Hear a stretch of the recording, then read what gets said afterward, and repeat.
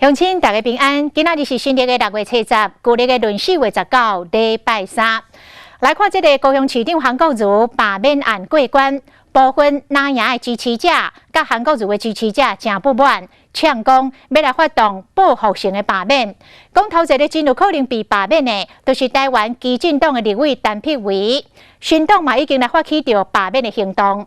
根据着选罢法，这个选区内只要有72000多票，就会当来罢免着陈碧维。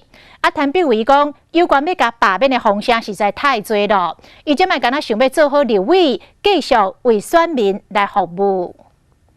今年正月选立委的时阵，台湾基进党陈碧维，互人料想未到，拍败国民党的甘宽恒。但是罢免韩国瑜了后，即摆有一种声音，就是报复性的罢免。朱立伦桃园县政府时代的官员陈丽玲律师伊伫面册顶讲，后一个可能是3 Q 哥陈碧维。那草包优先罢免嘛？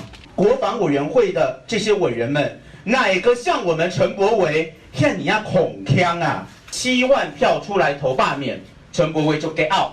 新党的青年军甲口合并行动，直接发起罢免陈碧维。选罢法的规定，选区内底291000多人，只要超过1/4同意，罢免就会通过。但是陈碧维表示，这款的风声伊听足济啊，即卖伊敢若想讲要安怎做好立委。